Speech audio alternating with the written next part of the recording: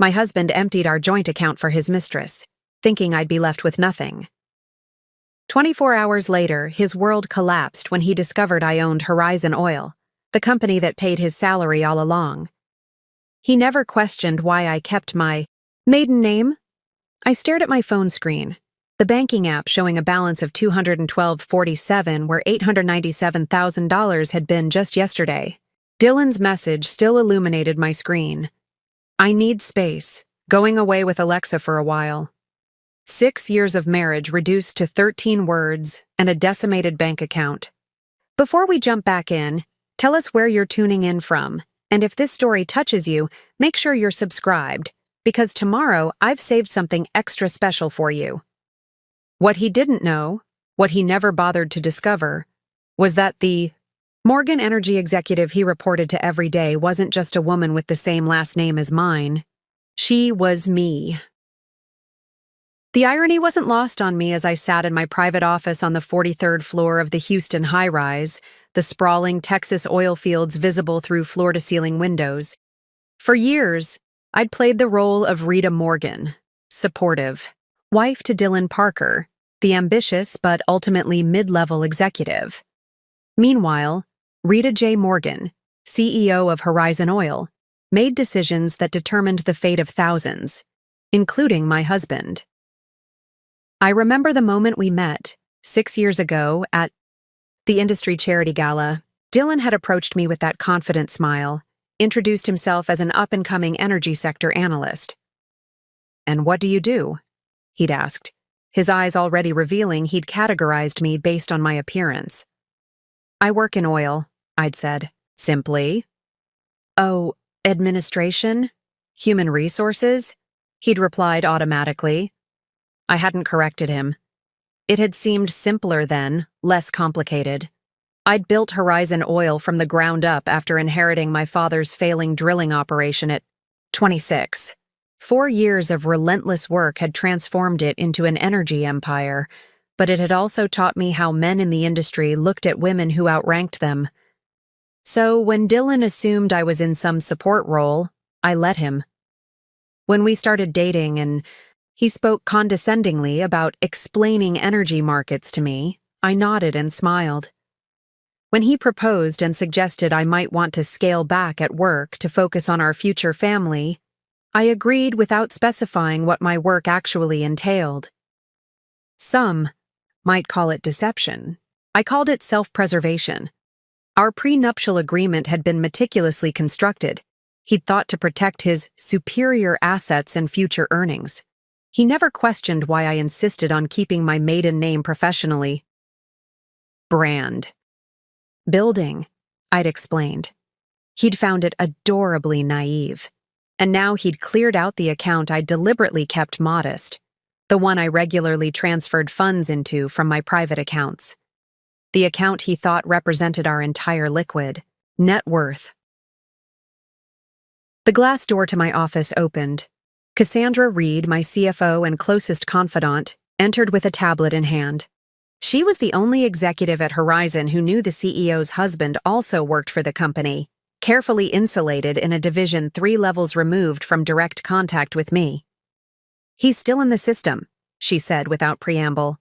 "Used his corporate card an hour ago. 4 seasons in Maui, 2 guests.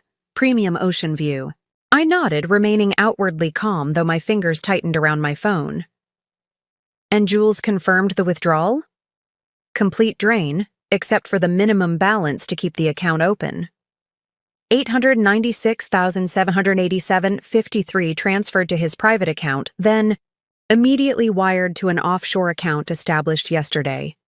The plotting, the planning, it must have been going on for months. All while sharing my bed, my home, my life. And the woman? Alexa? Cassandra's expression tightened. Alexa Torres, 26, junior analyst in his department, started 8 months ago. Of course. I'd even seen her name on personnel reports, approved her hiring without a second thought. The betrayal had layers, each one more bitter than the last. I turned to the window, watching a thunderstorm gathering on the horizon, dark clouds moving across the vast Texas sky. perfect weather to match my mood. He doesn't know about the board meeting tomorrow, I said quietly. No, Cassandra confirmed. The quarterly leadership meeting is on the calendar, but as always, the executive participants are listed by title, not name. The meeting where I would be unveiling Horizon's acquisition of Partech Industries, Dylan's pet project for the past year. The acquisition he'd championed to his superiors, unaware that his recommendations were being passed up directly to me. The deal that would have earned him a substantial promotion and bonus. A promotion I had been planning to announce personally, finally revealing my identity to him in what I had imagined would be a moment of shared triumph. A revelation that would allow us to finally share both parts of our lives openly. What do you want to do? Cassandra asked, her voice gentle but practical. The storm outside was getting closer, lightning flashing across the darkening sky. 6 years of compartmentalizing my life, of listening to Dylan explain my own industry to me, of smiling through business dinners where he dismissed diversity, hires, in leadership positions. All of it crashed through the careful walls I'd built between my personal and professional lives. I thought about the nights I'd slipped out of bed to take emergency calls from oil rigs, explaining to a half-awake Dylan that my administrative job sometimes needed odd hours. The vacations interrupted because of friend emergencies that were actually international acquisition negotiations. The condescending way he'd pat my hand when I expressed opinions about energy policy, assuring me that these matters were complicated, all while I was steering a multi-billion-dollar company through the most volatile energy market in decades. I'd maintain the charade partly out of a desire for normalcy, for a relationship untainted by wealth and power dynamics. But I'd also known, deep down, that Dylan had shown me exactly who he was from the beginning. He'd never seen me. He'd seen the version of me that fit his worldview, and now he'd proven just how limited that vision really was. Rita? Cassandra prompted. I turned from the window, my decision crystallizing with the clarity that had built my empire. Cancel his corporate cards, freeze his company email and access credentials, have security ready at all locations. My voice was calm, measured, the voice that had closed billion-dollar deals and outmaneuvered industry giants. And prepare a special presentation for tomorrow's board meeting. We're making some changes to the Partech acquisition strategy. Cassandra nodded, already tapping notes into her tablet. And Jules? I added. Have her gather the documentation? On the joint account withdrawal. Every detail. Then contact my personal attorney. Lightning flashed again, closer now, illuminating my reflection in the window. CEO, energy mogul, betrayed wife. For 6 years, I'd allowed Dylan to believe he was married to a shadow of who I really was. Tomorrow, the full reality would dawn on him with the harsh clarity of the Texas sun. He'd emptied our account, thinking he was leaving me with nothing. He had no idea that I was about to return the favor. We've all experienced that moment when someone shows you exactly who they are, when the mask slips and you see the truth you've been avoiding. Perhaps you've felt that stomach-dropping sensation of betrayal, the cold realization that someone you trusted has been living a double life. But what happens when you're the one with the secret identity? If you're new to my channel, welcome.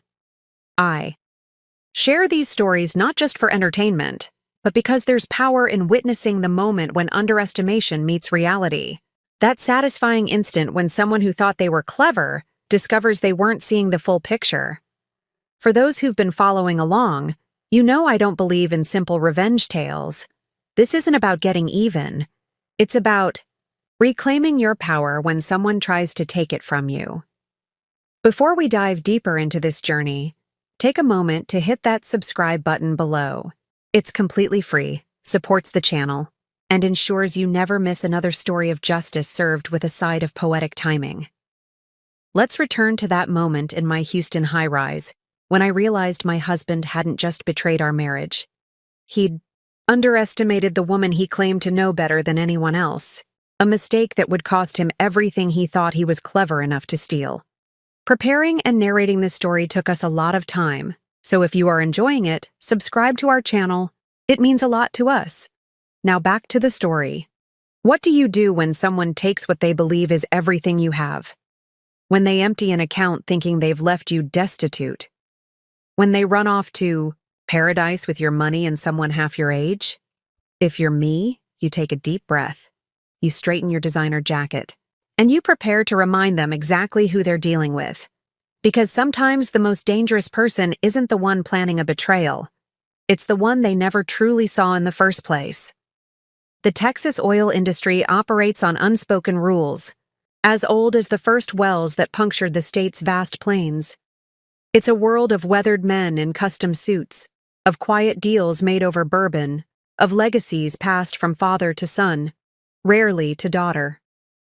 The gleaming Houston skyline, built on crude and ambition, houses the headquarters of empires that power the world while operating by their own internal laws of hierarchy and respect. My life existed in perfect compartmentalization.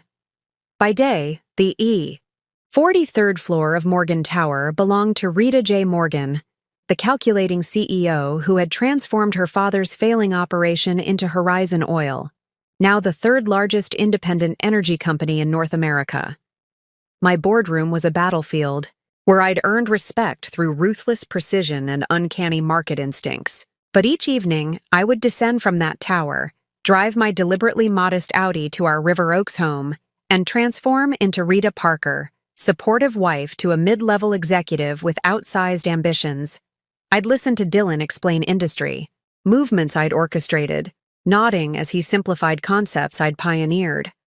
Our home reflected this duality perfectly. Dylan had insisted on the River Oaks address, prestigious enough to impress his colleagues, but within reach for a couple he believed was living primarily on his income. The decorating choices were all his: masculine leather furniture, a dedicated whiskey room where he entertained his work friends, walls decorated with photos of his college rowing team and industry awards. My presence was minimized to tasteful touches he'd barely notice. First edition books hidden in plain sight, art pieces by women whose significance he never researched, and a small study he rarely entered where I kept my hobby paperwork. He called it my little project room, with the indulgent affection of someone humoring a child. What he never realized was that I'd designed the house with two completely separate internet networks, a voice-activated security system only I could control, and a panic room disguised as a linen closet. Just as he never questioned why I insisted on managing our modest investments myself. In the energy sector, power is measured in barrels, access, and information. The right drilling rights, the right political connections, the right technological innovations, each a currency more valuable than money. The mostly male executive ranks operated on a mixture of merit, connections, and confidence, the latter often substituting for the former. Dylan had been given opportunities because he looked the part. Tall, handsome, with the easy confidence of a man who'd never questioned his right to be in the room.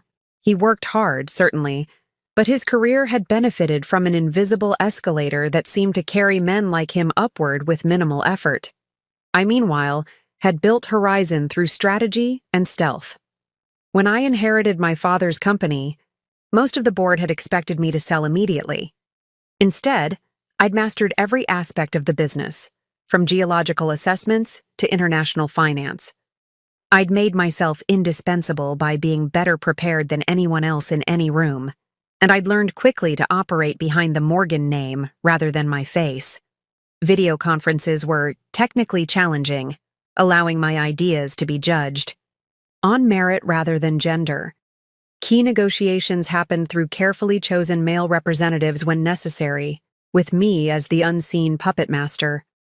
The irony wasn't lost on me that I'd applied the same strategy to my marriage. Our social circle straddled both worlds while keeping them separate. Country club memberships, charity galas, industry events. I navigated them all with practiced ease. The wives of Dylan's colleagues knew me as the supportive spouse who organized dinner parties and remembered their children's names. They never connected me to the mysterious Rita J. Morgan, whose name occasionally appeared in industry publications, whose company's decisions affected their husbands' careers. The rare times someone made the connection, I'd laugh it off as a coincidence.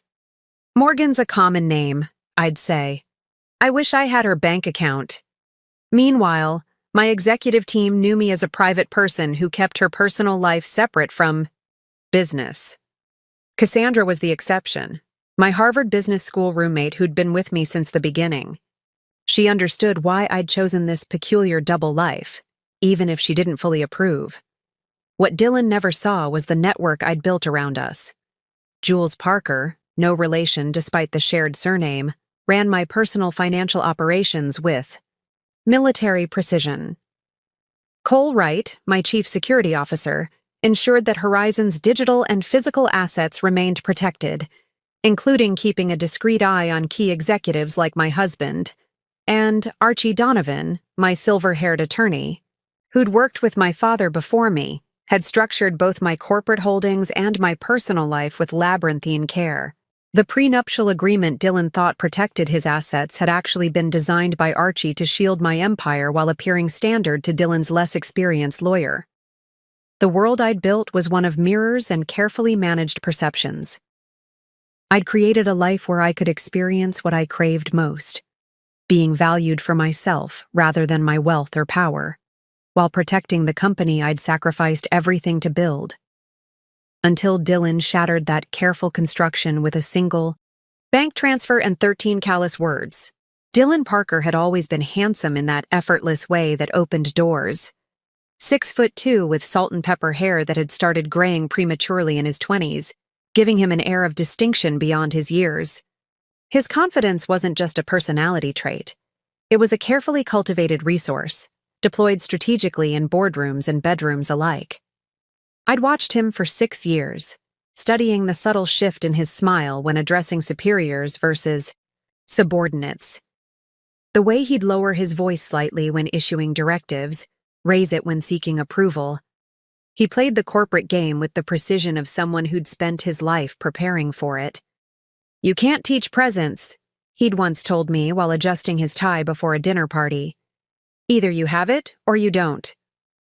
His reflection had caught mine in the mirror, his expression softening with that particular blend of affection and condescension he reserved for me. "Like you, honey. You have a way of making people comfortable. It's why you're so good with my colleagues' wives." What he meant, of course, was that I knew my place, that I understood the role of corporate spouse, supportive, decorative, unthreatening. The perfect backdrop against which ambitious men could shine. The first time I saw that look, I should have ended things. Instead, I became curious. How deep did his assumptions run? Was this a man capable of seeing beyond his own preconceptions? Or was he, like so many I'd encountered in business, content with the comfortable fiction that women existed primarily to facilitate men's ambitions? It became an experiment of sorts, one that extended from our first date to our marriage. I never lied about my career. I did indeed work in oil. I simply allowed him to fill in the blanks with his assumptions. And those assumptions revealed more about Dylan than any direct question could have.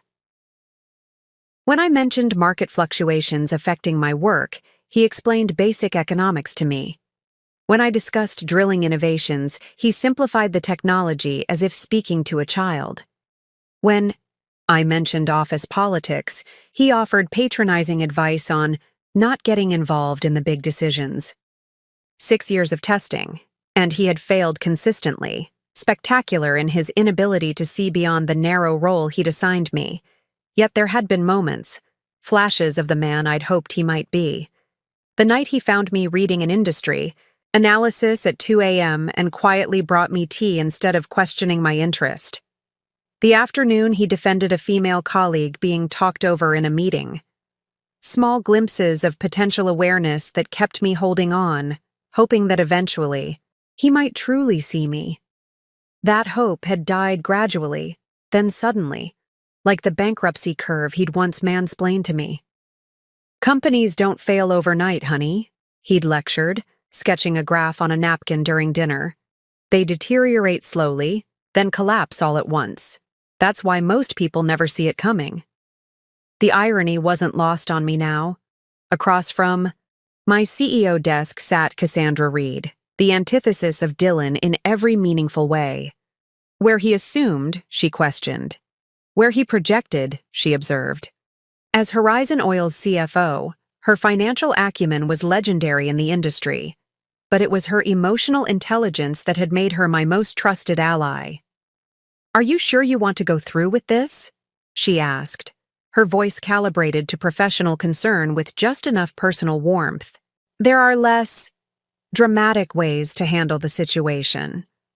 I appreciated that she didn't try to soften the betrayal or offer platitudes. Cassandra dealt in realities, not comforting fictions. "He stole almost $900,000 from our joint account, Cass," I replied, tapping my pen against the quarterly report on my desk. "He's in Maui with a woman 13 years his junior, spending money he thinks is mine, having emptied what he believes are my life savings. What would you suggest as an appropriate response?" She arched a perfect eyebrow. "Most people would call a divorce attorney. I already have. But this isn't just about our marriage. This is about Horizon."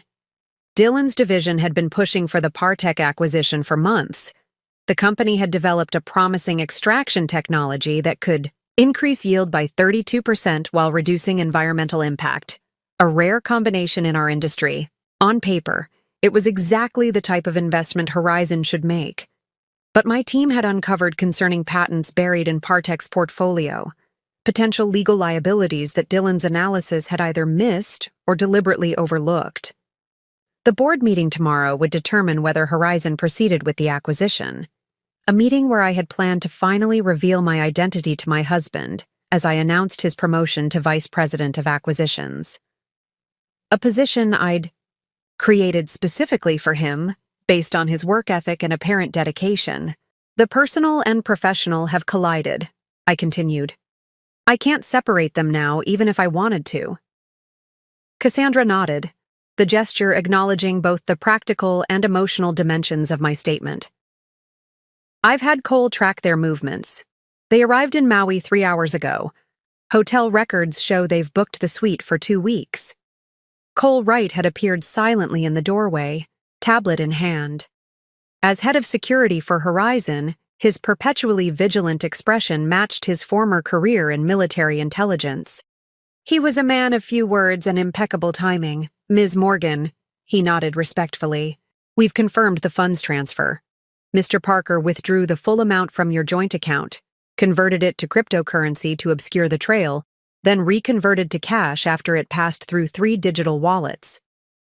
"Not his first rodeo," I murmured.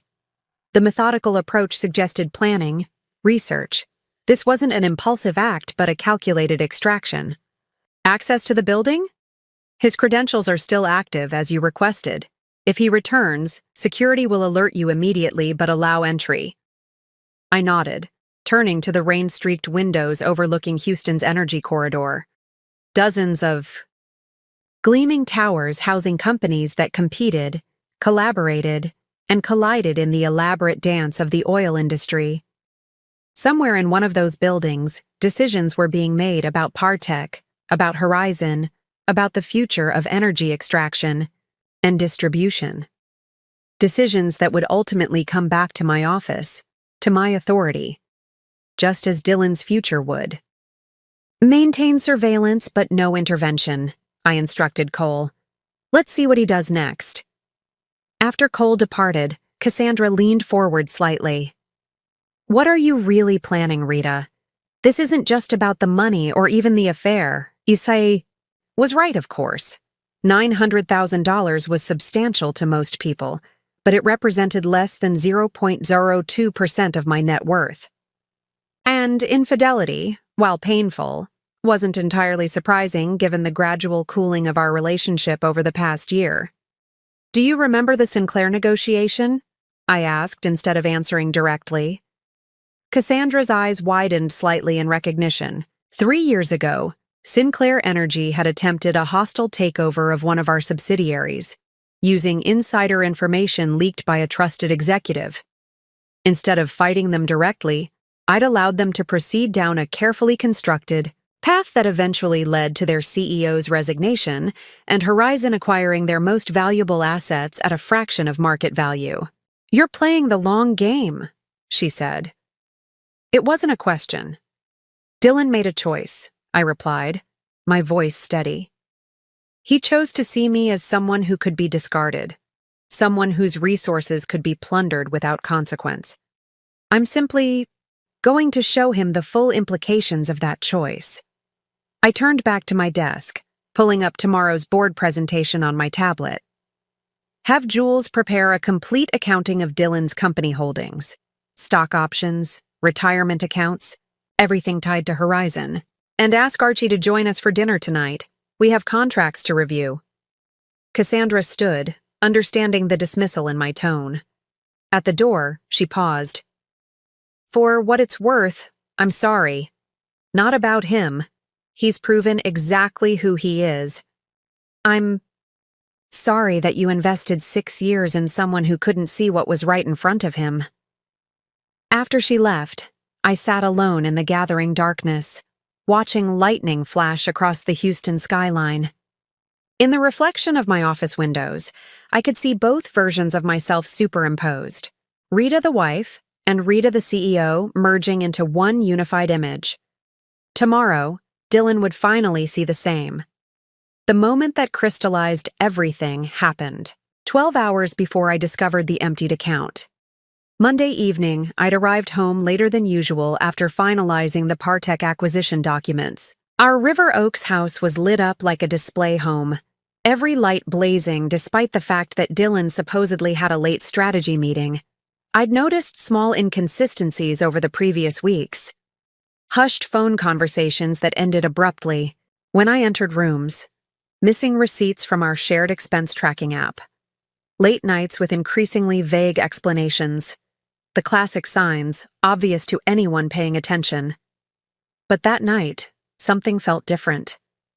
There was an energy in our home, a sense of emptiness that went beyond physical absence. In our bedroom, drawers were slightly askew, the closet door left partially open, small disruptions in the careful order we both maintained. I didn't need to count his shirts or check his luggage to know something was happening. After 6 years of marriage, you develop a sixth sense for disturbance. I'd sat on our bed, running my hands over the Egyptian cotton sheets he'd insisted on importing from a specific boutique in Milan. On his nightstand, a framed photo of us at last year's energy sector charity gala had been turned face down. Not removed, that would be too definitive, too committed, just placed face down. The coward's method of erasure. My phone had buzzed with a notification. Another leadership profile mentioning Horizon Oil's mysterious CEO who rarely appeared in public, but whose strategic decisions had transformed the industry. Rita J. Morgan continues to lead from behind the scenes, the article stated, proving that physical presence is less important than intellectual impact. If only the author knew how literal that assessment was. I'd opened my banking app then, a small knot of suspicion forming. Our joint checking account showed normal activity, bills paid, usual transfers, nothing suspicious. But something about the bedroom's disruption nagged at me. Setting my phone down, I'd walk to his closet and press the hidden panel that revealed his wall safe, a feature he thought was his secret, though I'd had it installed during a renovation. He'd been too busy to oversee. The combination was predictable. His college graduation year followed by his birthday. Inside, the passport and emergency cash reserve he always maintained were gone. Still, I hadn't jumped to conclusions. International travel was part of his position. Cash was sometimes needed for certain business cultures. There could be explanations. Then I'd found the Partech file on his home desk, carelessly left open with sections highlighted that contradicted the analysis he'd presented to his division. Pages showing potentially problematic patents were marked with his distinctive red slashes, yet his official report had declared the acquisition clean from a legal standpoint. That was when I knew. Not just about the affair, which seemed almost trivial in comparison, but about who my husband truly was. The man I'd married, the man I'd allowed to believe I was less than I am, wasn't just betraying me personally. He was compromising professionally, willing to risk his company's position for whatever incentive Partech had offered him on the side. I'd taken a seat at his desk, pulled out my CEO phone, the secure device only 5 people had the number for, and called Cassandra. "I need a complete audit of the Partech deal," I'd told her without preamble. "And I need Jules to lock down all our personal accounts except the joint checking. Leave that one accessible." "Rita?" Her voice had reflected rare uncertainty. "What's happening?" "I'm setting a trap," I'd replied, looking at the highlighted documents, the missing passport, the face-down photograph, with very expensive bait. That night, I'd transferred an additional $500,000 into our joint account, funds that would appear as a routine movement from our investments, but would create an irresistible target. Then I'd packed a small overnight bag and checked into the Four Seasons downtown, the hotel I used when working too late to drive home. I'd slept surprisingly well, knowing what was likely coming. There's a certain peace that accompanies absolute clarity. The next morning, I'd dressed in one of my power suits, a custom Armani in charcoal with subtle red pinstriping, chosen specifically for the board meeting where I'd planned to finally unite my dual lives. I'd gone through my usual morning routine at the hotel, then headed directly to Horizon's headquarters. The storm outside matched my mood, dark clouds releasing the occasional warning rumble, but holding their full fury in reserve. Just as I was by the time I reached my office, the alert from my banking app had already appeared. $896,787.53 transferred out. The bait taken, the trap sprung. Dylan's message had come 30 minutes later. "I need space. Going away with Alexa for a while." 13 words that revealed everything about our 6 years together. Not even the courtesy of a fabricated explanation or a perfunctory apology.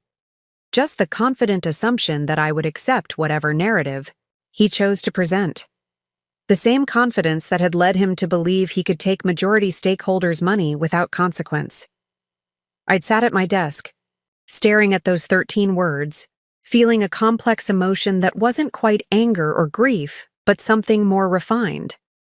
A blend of vindication and resolve. I'd known, on some level, that this moment would come eventually. Had perhaps even engineered it, creating the perfect conditions to reveal a truth I'd suspected from the beginning. That Dylan hadn't married me. He'd married the idea of me, the supportive wife, the pleasant companion, the unchallenging partner, who would never outshine him. He'd married the mask, not the woman behind it. And now he was about to meet the woman he'd never truly known. The storm finally broke as I set my phone down. Lightning cracked across the sky, thunder following immediately after. The delay between flash and sound collapsed to nothing. The distance between intention and consequence eliminated, just as it would be for Dylan, very soon. "Rita," Cassandra's voice came through the intercom. "The board members are beginning to arrive for the meeting, and we've just received confirmation. Partech's representatives are here as well." "Thank you, Cassandra," I replied, rising from my desk and smoothing my suit jacket. "Please tell Archie to proceed with the financial lockdown measures we discussed, and have Cole prepare the presentation materials I sent him this morning." For a moment, I caught my reflection in the rain-streaked windows of my office. I looked exactly like what I was, a CEO preparing to make a decisive business move. Nothing in my appearance suggested a woman who had just been betrayed by her husband. Nothing revealed the personal dimension of what was about to unfold, which was precisely the point. As I gathered my materials and headed toward the boardroom, my phone buzzed with an update from the private investigator I'd had following Dylan for the past month. Attached was a photo of my husband and Alexa Torres toasting with champagne on a private balcony overlooking the Pacific. her hand displaying a diamond ring that explained the unusual withdrawal from a secondary account he'd made last week, an engagement ring purchased while still married to me. The final confirmation I needed. The doors to the boardroom loomed ahead. Behind them, the 12 people who would witness the first public merging of Rita Parker and Rita J. Morgan. 12 people who would see Dylan's professional world collapse simultaneously with his personal deception. I paused, took a steadying breath, and pushed the doors open. Dylan Parker hadn't always been the man who would empty a joint account and flee to Maui with his mistress. 6 years ago, when we first met at the industry charity gala, he'd been charming, attentive, and seemingly genuine. His ambition was obvious but not yet toxic, his confidence appealing rather than arrogant. I remember watching him from across the room before he approached me. He moved with the easy grace of someone who felt entitled to occupy any space. Men deferred to him slightly, women tracked his movements. Not because of exceptional looks or wealth, but because he projected certainty in a world of hesitation. "You don't belong here," were his first words to me, accompanied by a smile that softened what might have sounded like an insult. "Excuse me?" I'd replied, genuinely caught off guard. "Everyone else is networking," he explained, nodding toward the clusters of industry executives exchanging business cards and rehearsed pitches. "You're actually looking at the art." He was right. I'd been examining a painting donated by a local artist for the charity auction, an abstract representation of an oil field at sunset. "It's beautiful," I'd said, though the artist took some creative liberties with the environmental impact. He'd laughed then, a genuine sound that reached his eyes. "Dylan Parker," he introduced himself. "Mid-level executive at Horizon Oil. Not quite important enough to be invited, but ambitious enough to buy a ticket anyway." The irony of him working for my company without knowing who I was had amused me. It seemed like fate, or at least an interesting coincidence worth exploring. "Rita Morgan," I'd replied, using my maiden name automatically. "I work in oil too." What had followed was a pleasant conversation about the industry, during which Dylan had indeed made assumptions about my role, but had also listened attentively to my observations. He'd asked for my number before leaving to work the room, and I'd given it, curious about where this might lead. Our courtship had unfolded with traditional efficiency. Dinners at restaurants impressive enough to demonstrate his taste, but not so expensive they'd strain his apparent budget. Weekend getaways carefully calculated to be romantic, yet fiscally responsible. A lifestyle designed to impress without revealing any insecurity about resources. The first significant crack had appeared 6 months in, during a dinner with his friends, other mid-level executives and their partners. One of the women had mentioned reading an article about Horizon's innovative approach to sustainability.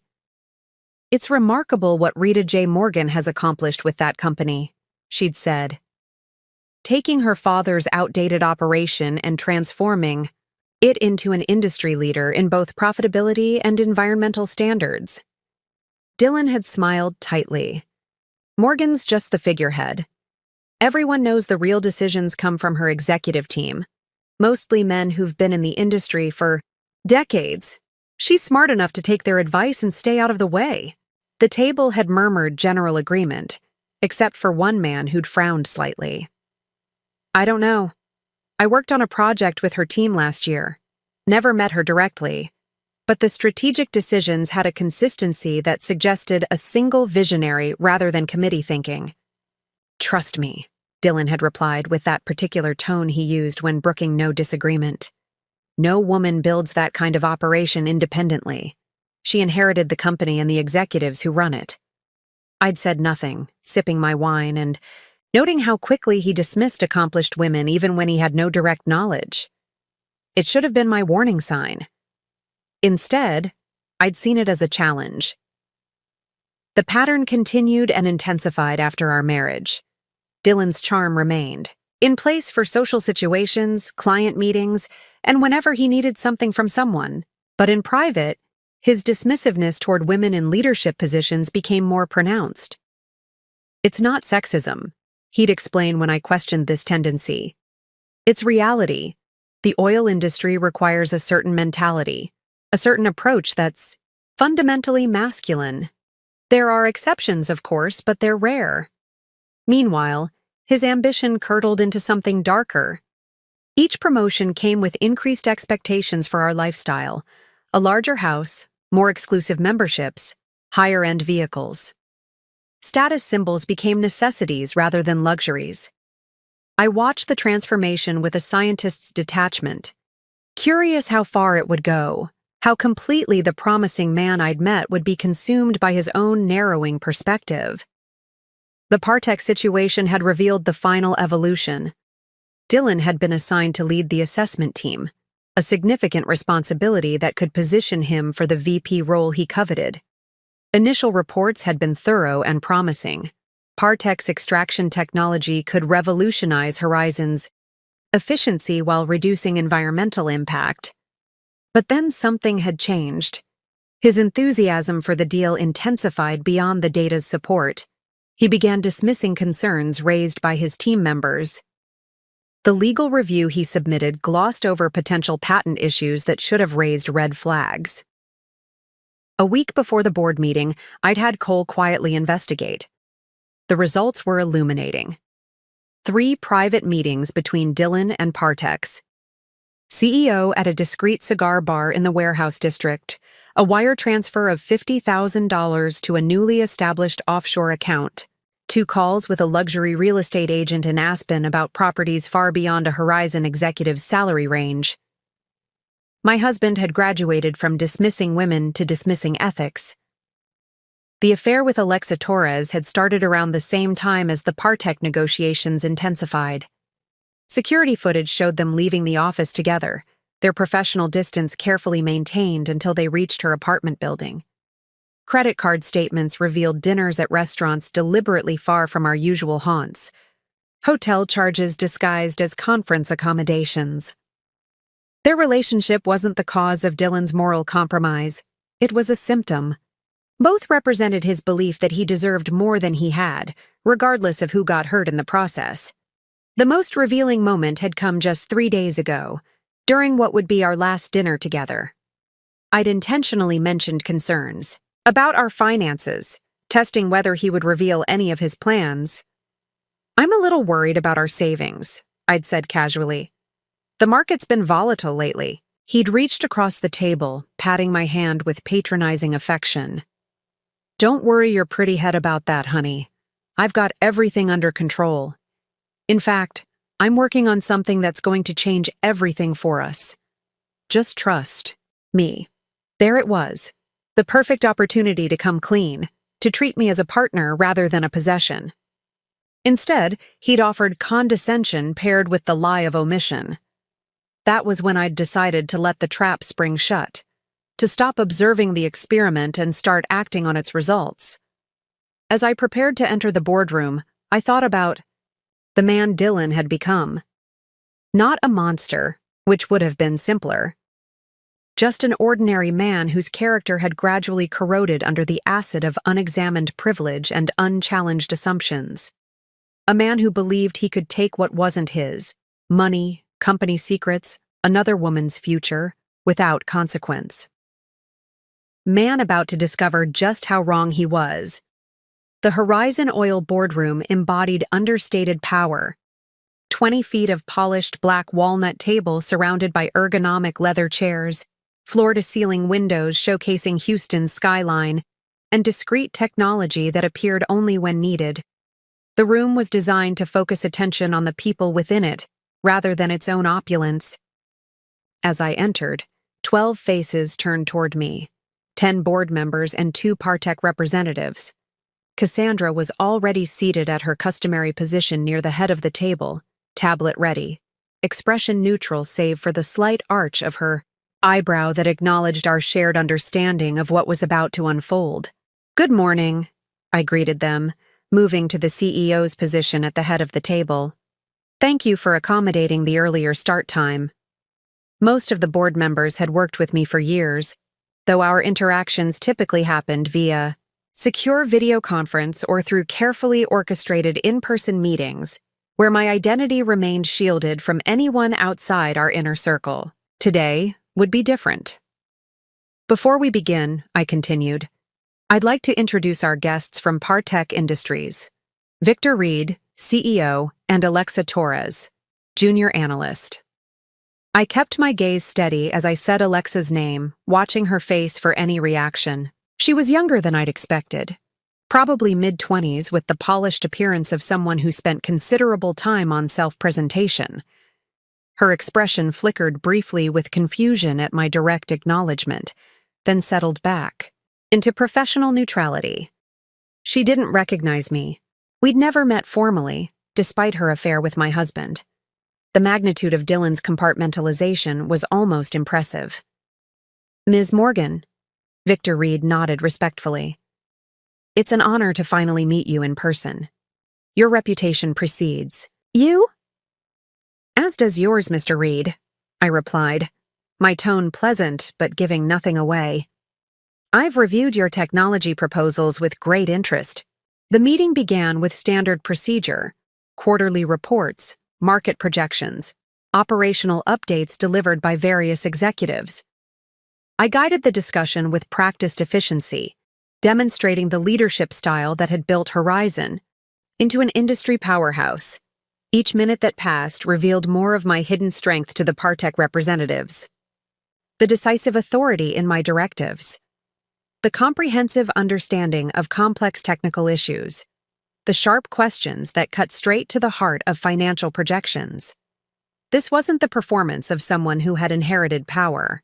It was the natural expression of earned expertise. I noticed Alexa's growing discomfort as the meeting progressed. She kept glancing at her phone, then back at me with increasing frequency. I could almost see the gears turning as she tried to place my face, my name, wondering why something felt familiar yet wrong. An hour into the meeting, we reached the Partech discussion. The acquisition proposal appeared on the room's displays, projected, purchase price, integration timeline, projected ROI. I asked Victor Reed to present his company's perspective. Partech's extraction technology represents a quantum leap forward, he began, standing to address the board. Our proprietary methods have demonstrated a 32% increase in yield during field tests, with a corresponding 18% reduction in environmental impact. He continued his pitch with the confidence of someone who believed the deal was already secured. Behind his polished presentation, I noted the occasional glance toward Alexa, subtle signals passing between them. Not romantic, strategic. After he finished, I smiled pleasantly. Very impressive, Mr. Reed. I have just a few questions before we proceed. What followed wasn't the gentle inquiry he expected. Instead, I systematically dismantled Partech's proposal, highlighting patent vulnerabilities their legal team had attempted to obscure, pointing out methodological flaws in their field tests, and questioning financial projections that appeared artificially inflated.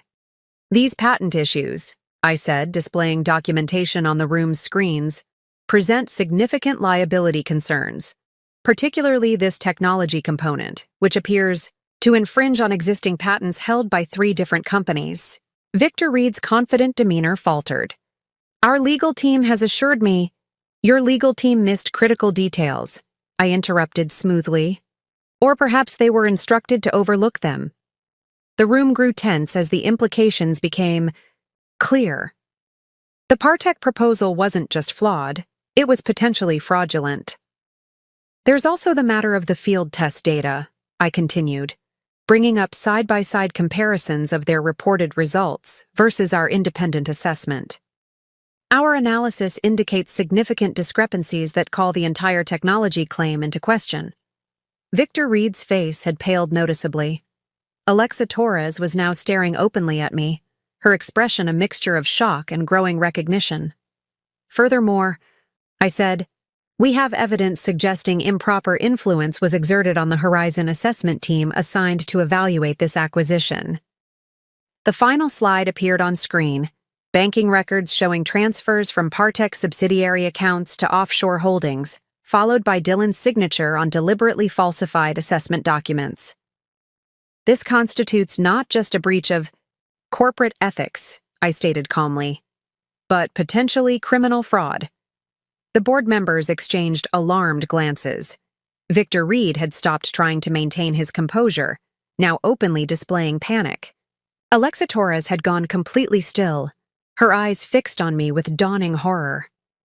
"Ms. Morgan," Reed began, his voice strained.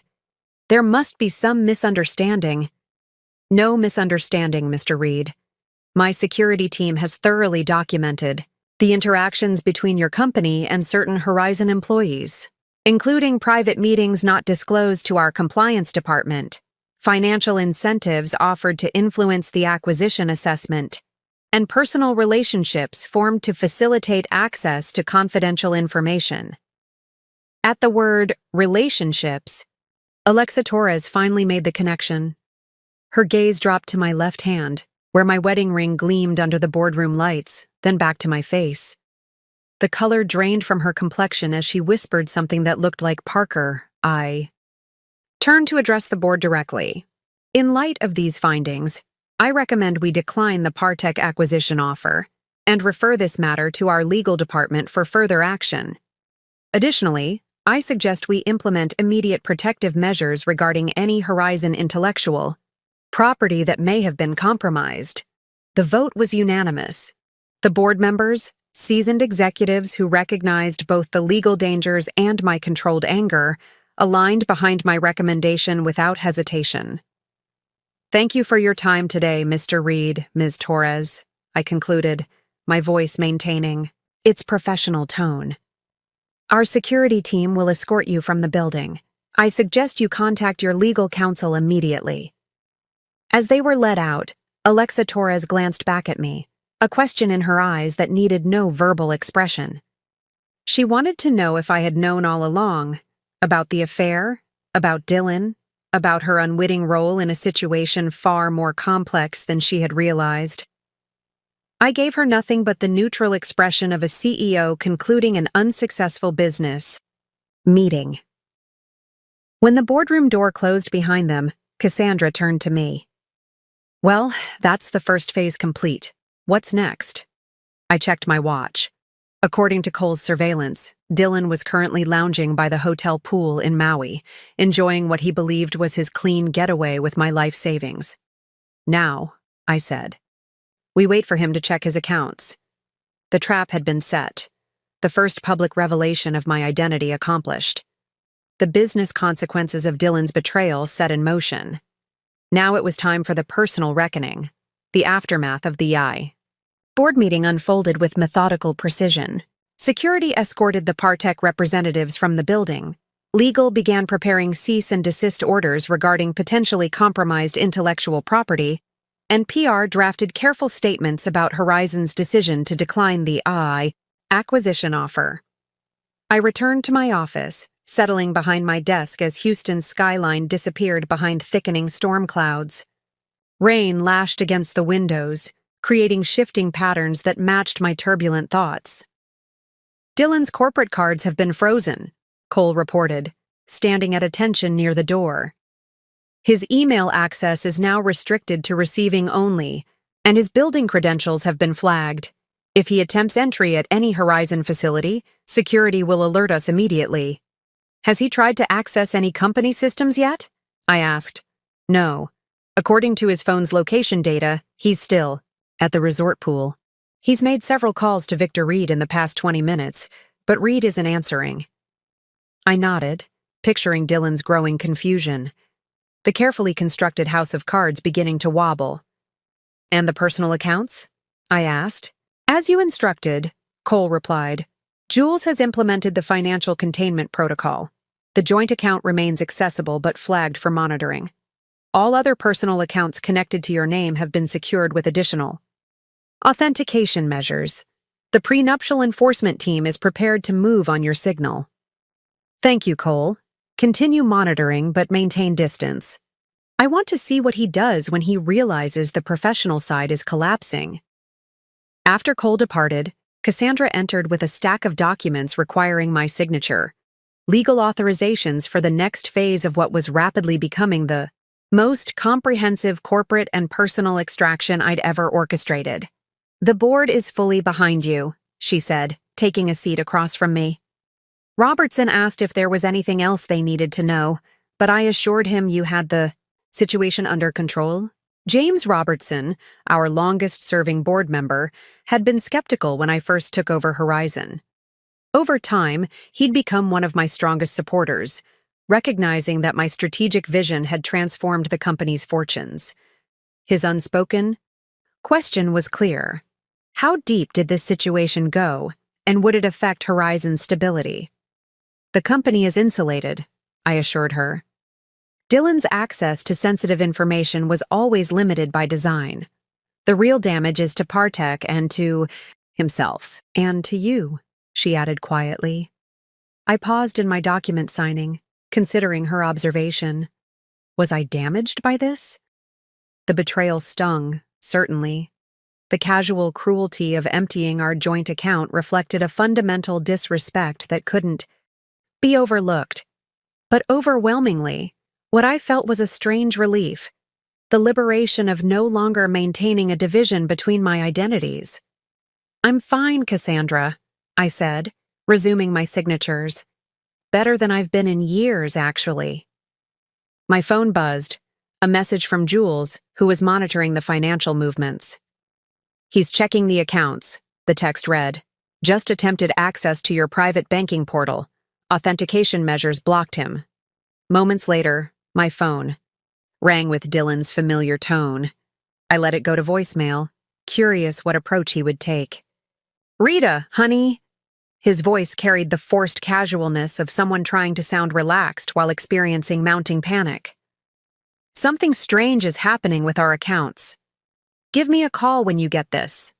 Probably just a technical glitch." Technical glitch. As though nearly $900,000 had disappeared through some banking system hiccup, rather than his deliberate action.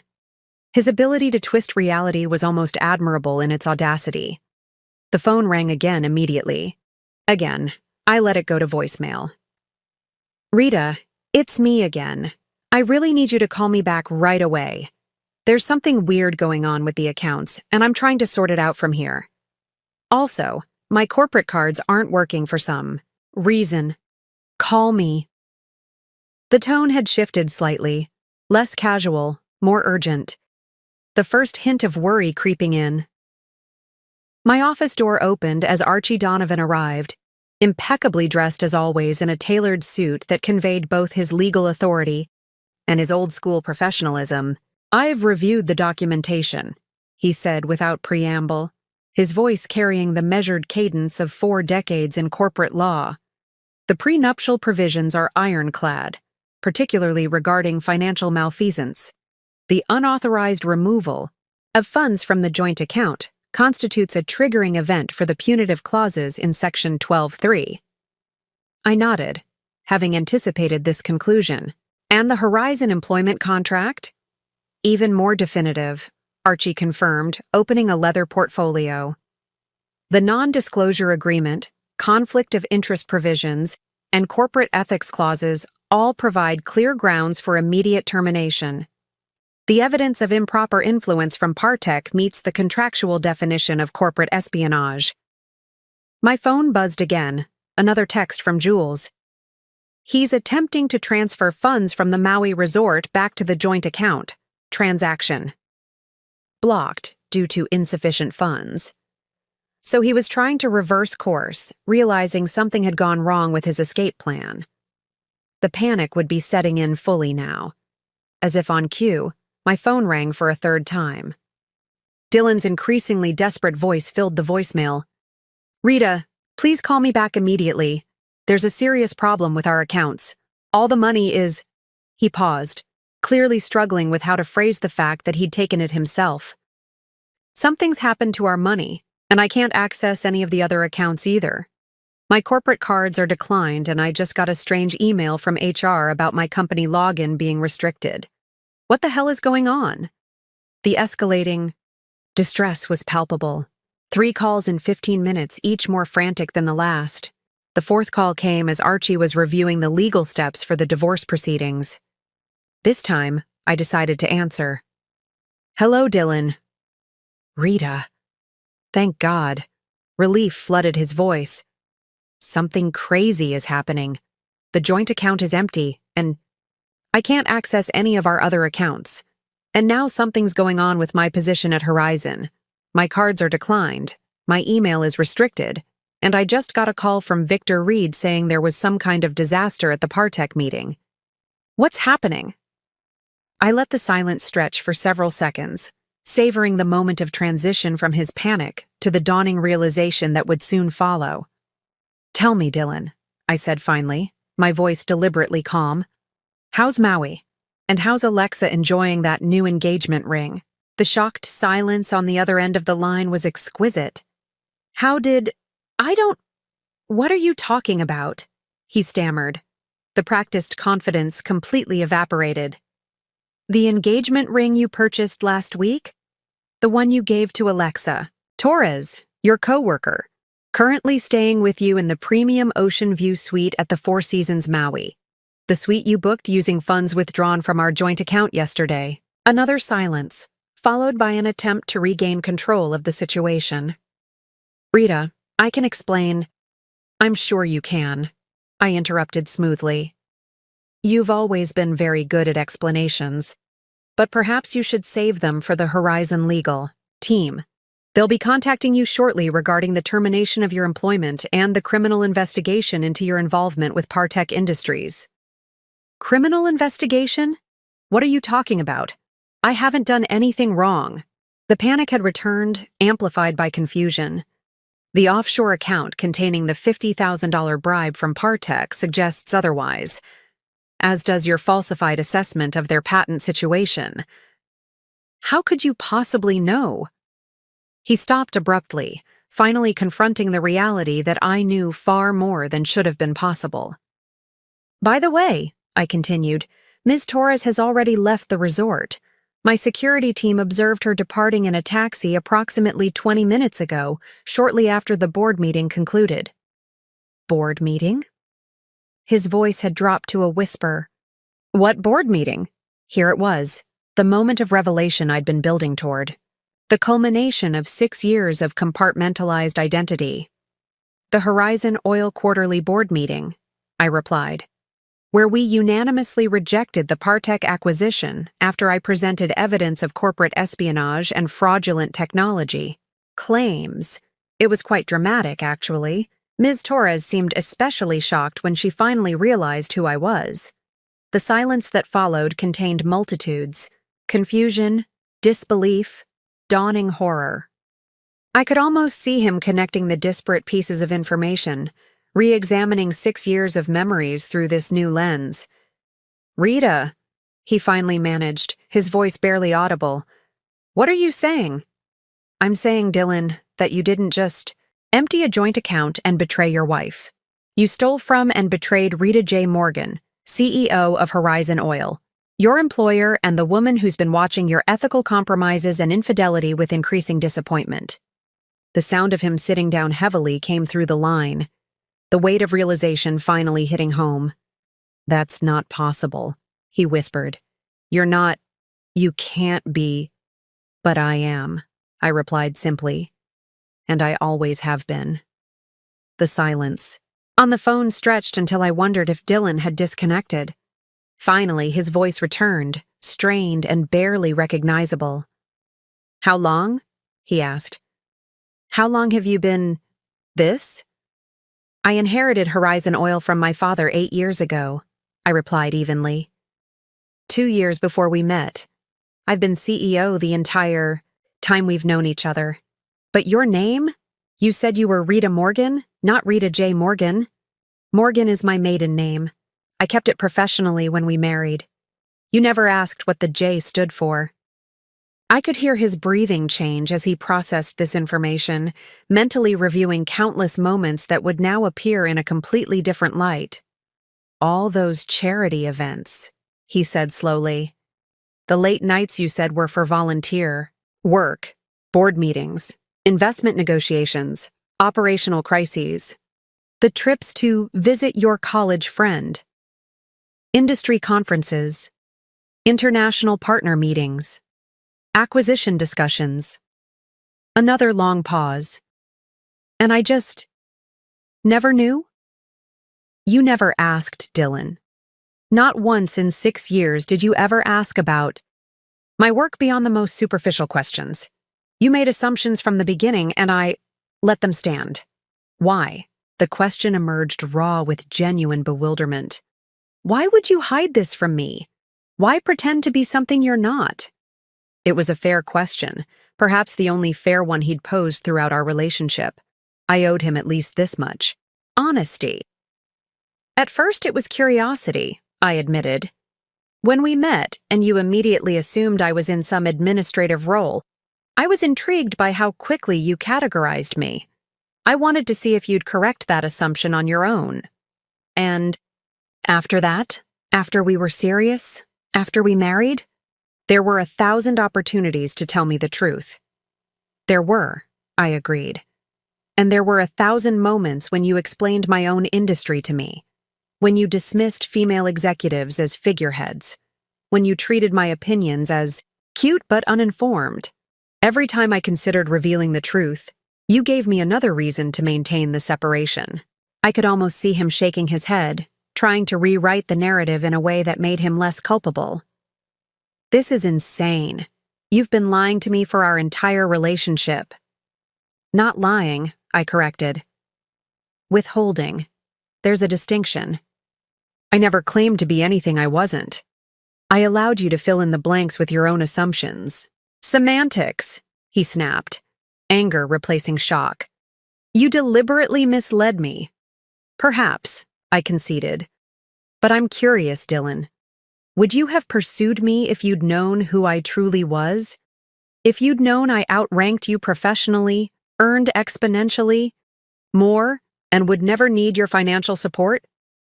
His hesitation provided the answer neither of us wanted to verbalize.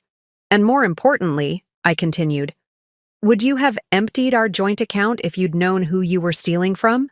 Silence again, heavier this time.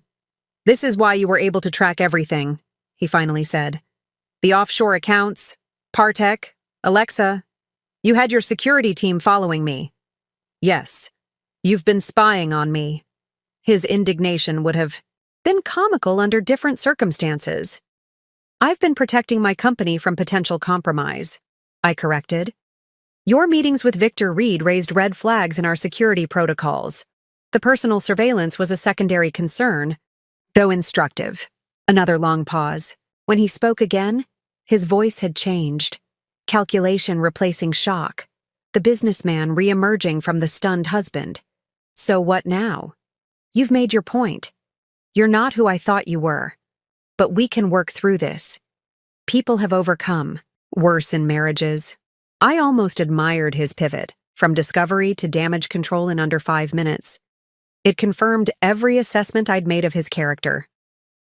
I'm afraid working through this isn't an option, Dylan. I've already initiated divorce proceedings citing financial misconduct and infidelity. The prenuptial agreement you signed has specific provisions that activate under these exact circumstances. What? Provisions? Wariness crept into his tone. Complete forfeiture of all marital assets and property, for one. The River Oaks house, the vacation properties, the investment accounts. They all revert solely to me. That can't be legal, he protested. No court would. Your lawyer approved the language, I reminded him. Archie was quite impressed with how readily you signed after only a cursory review. I believe your exact words were, I don't need this, but if it makes you feel secure, I'm happy to sign. I could hear him moving around the hotel room now, agitation translating to physical restlessness. Fine, the divorce is your choice, but my position at Horizon is separate. You can't just terminate me because our marriage failed. Your termination has nothing to do with our marriage, I explained. It's based on documented evidence of corporate espionage, accepting bribes from a competitor, and falsifying critical assessment documentation. The board voted unanimously after reviewing the evidence. Evidence that you gathered by spying on me. Evidence that was gathered through standard corporate security protocols when unusual contact with a potential acquisition target was flagged. The same protocols that would apply to any executive under similar circumstances. I checked the time, 10 minutes since Cole's last update.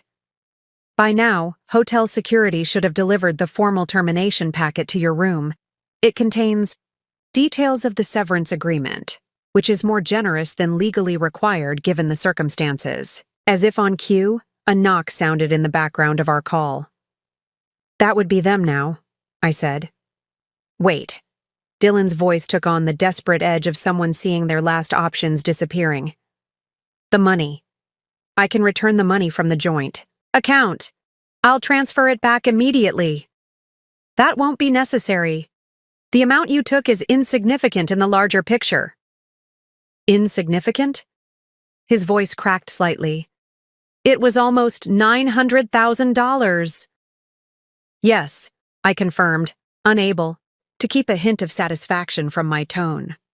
A rounding error in my actual financial holdings, though I appreciate the insight into your character the theft provided. Another knock, more insistent this time.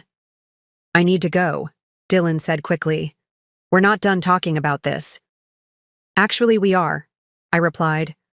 The termination packet includes contact information for Horizon's legal team, who will handle all future communication.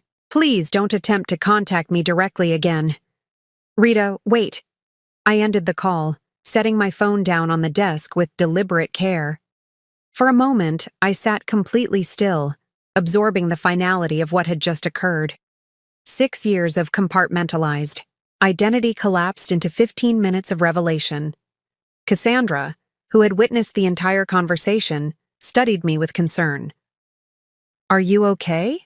I considered the question seriously. The marriage was over. The carefully constructed firewall between my personal and professional lives had been dismantled. The man I'd chosen to share my life with had proven himself exactly what I'd feared. From the beginning, someone who valued me only for what he believed I was, not who I actually was. Yet alongside the grief and disappointment ran a powerful current of relief.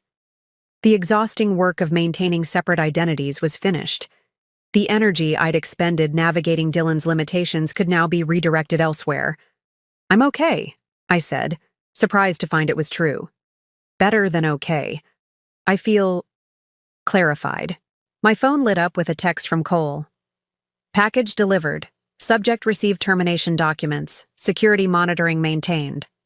Another text followed from Jules. Financial containment complete. All accounts secured. Prenuptial enforcement. Protocols active. And finally, a message from Archie. Divorce filing submitted. Judge Warren assigned to case. Expedited hearing granted due to circumstances.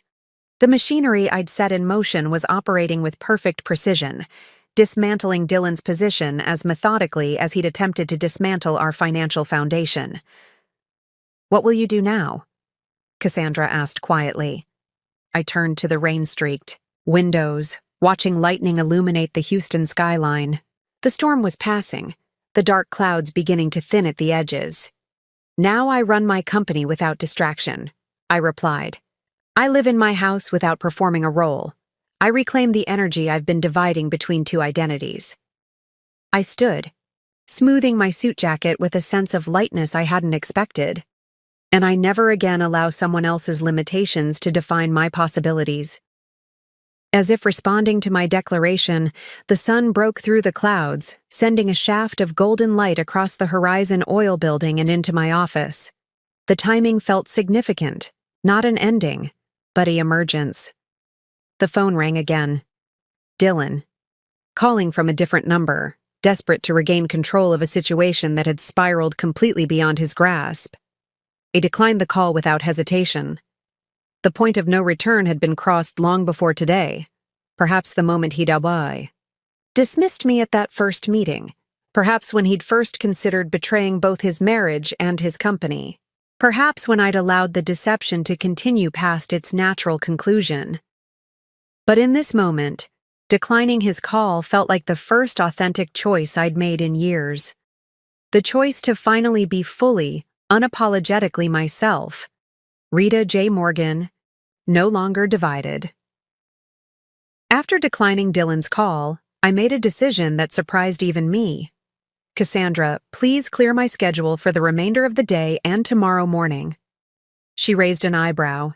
In our 8 years working together, I'd never voluntarily stepped away during a crisis. "Are you sure? The Partech fallout will require—" "The team can handle the immediate response," I said with newfound certainty. "Legal knows the parameters, PR has the messaging approved, and operations is already implementing the security protocols. For the next 18 hours, I need space to process." She nodded, understanding the significance. "Where will you go? Not back to River Oaks, I assume." "No." The thought of returning to the house I'd shared with Dylan held no appeal. "I think it's time I visited the ranch." My father's ranch outside Houston had been my childhood home, the one place I'd never brought Dylan, claiming it was rented out after my father's death. In reality, I'd preserved it exactly as it had been, a sanctuary from both my corporate responsibilities and my marital performance. 30 minutes later, I was driving my rarely used personal vehicle, not the modest Audi that fit Rita Parker's persona, but the custom Range Rover that suited Rita J. Morgan's actual preferences, heading northwest on deserted back roads as rain clouds receded in my rearview mirror. The 2-hour drive provided much-needed solitude. No calls, no emails, no pretense, just the hum of the engine and the gradual transition from Houston's urban sprawl to the open spaces of southeast Texas ranch country. As the familiar limestone entrance pillars appeared, marking the boundary of the Morgan property, I felt the careful compartmentalization of the past 6 years begin to dissolve. Here, I had never been anyone but myself. The main house sat on a gentle rise, a sprawling single-story ranch home built by my grandfather and expanded by my father. Solar. Panels and modern touches blended with traditional architecture, much like Horizon Oil itself, respecting tradition while embracing innovation. I parked in the circular drive and entered using the biometric lock my security team had installed after my father's passing. Inside, the house felt like a time capsule. Family photos lined the entryway, my parents' wedding, my childhood on. Horseback, my father teaching me to fish in the property's spring-fed lake. And there, prominently displayed in the living room, the photo my father had been most proud of. Me, at 26, standing beside him the day he officially made me his successor at Horizon. His health already failing, but his pride unmistakable as we stood before the company headquarters, the Morgan name gleaming on the building behind us. I ran my fingers across the frame, remembering his words that day. "Never let anyone tell you what you can or cannot be, Rita Jean. The world will try to put you in boxes. Your job is to build something so big they can't find a box to fit it." I'd honored that advice professionally, building Horizon into an industry leader that defied conventional categorization. But personally, I'd willingly stepped into the box Dylan had constructed, curious at first, then comfortable, then trapped by my own creation. In the kitchen, I found the refrigerator stocked with fresh groceries. Cole's team maintained the property with characteristic thoroughness. I poured a glass of wine and moved to the back porch, settling into one of the Adirondack chairs that overlooked the property's rolling acres. The sun was setting, painting the Texas sky in spectacular oranges and purples. In the distance, a small herd of deer emerged from the tree line, moving cautiously toward the pond. The peaceful scene contrasted sharply with the day's corporate and personal drama. My phone buzzed with a text from Cole. "Subject has checked out of Four Seasons Maui. Booked flight to Houston arriving 9:40 a.m. tomorrow." So Dylan was coming home, presumably to attempt damage control in person. His tenacity was almost admirable, if misplaced. I replied with simple instructions. "Continue monitoring. No intervention unless he attempts to access secured locations. Another. Message arrived from Jules. Financial containment holding. Subject attempted access to joint investment accounts via secondary authentication pathway. Access denied. Dylan was testing the boundaries, looking for financial resources I might have overlooked. He would find none. The prenuptial agreement. He'd signed so casually, believing it protected his assets from me rather than mine from him, was comprehensive in its reach. I set the phone aside and closed my eyes, allowing myself to fully experience the emotions I'd been managing all day. Disappointment that the man I'd married had proven exactly as limited as I'd feared. Anger at his betrayal, not just of our marriage, but of the professional trust Horizon had placed in him. Relief that the exhausting charade was finally over, and beneath it all, a question I'd avoided confronting directly. How much responsibility did I bear for the marriage's failure? I'd entered the relationship knowing Dylan had dismissed my capabilities based solely on gender. I'd maintained the deception despite countless opportunities to reveal my true identity.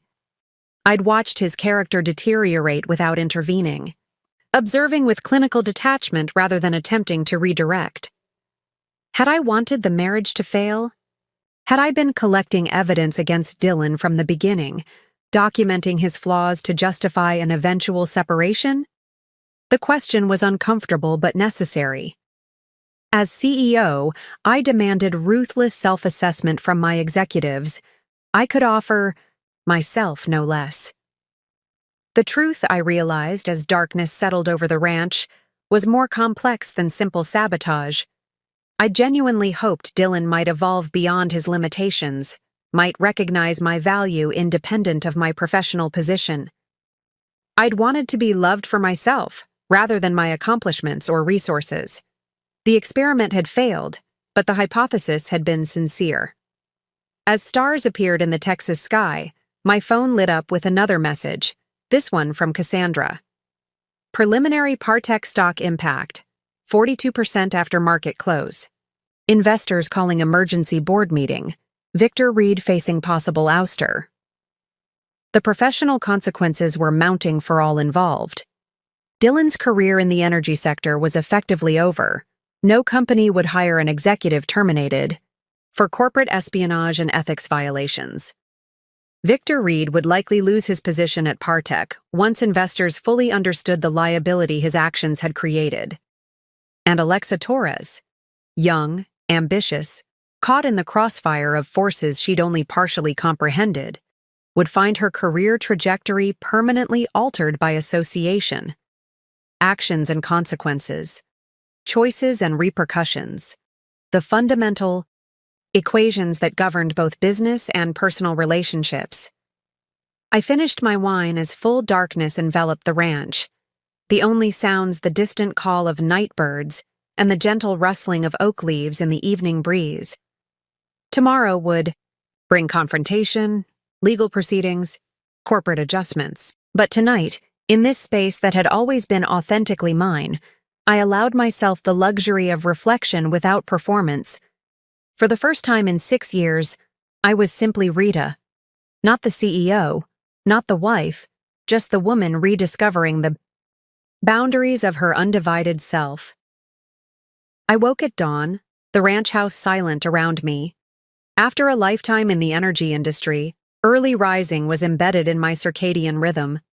I followed my father's old routine, coffee on the porch as the sun crested the eastern tree line, watching the property come alive with morning activity.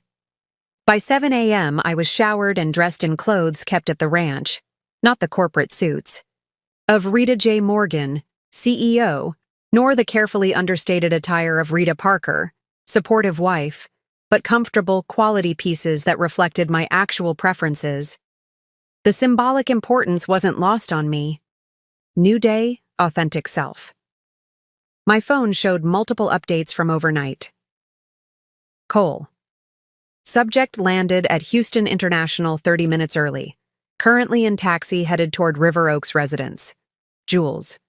Financial containment reinforced. All personal. Assets secured with additional authentication measures. Legal team standing by. Cassandra. Morning press coverage of Partech situation beginning. WSJ and Bloomberg running stories on failed acquisition attempt amid ethics concerns. Horizon. Stock up 2.8% in pre-market trading, and most significantly from Archie. Judge Warren granted emergency hearing for 2 p.m. today. Presence optional but recommended.